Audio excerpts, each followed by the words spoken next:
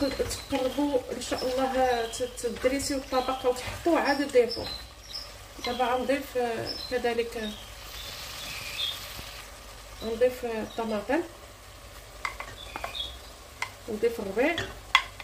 هذا غنخليها باش ما نحركش ونخصها.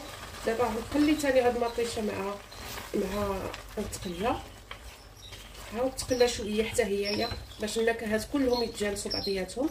هذا الربيع راه كان في الكونجيلاتور، قلت لكم انا تنحضروا على طول السنه هذه الطريقه، تنبقى محافظه عليه هكذا.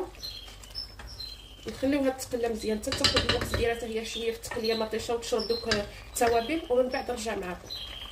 هنا هانتوما تشوفوا المريقه هي تقلات لينا مطيشه مزيان فيها الماء غليان. الماء اللي عطيت فيه فقط هذا ماء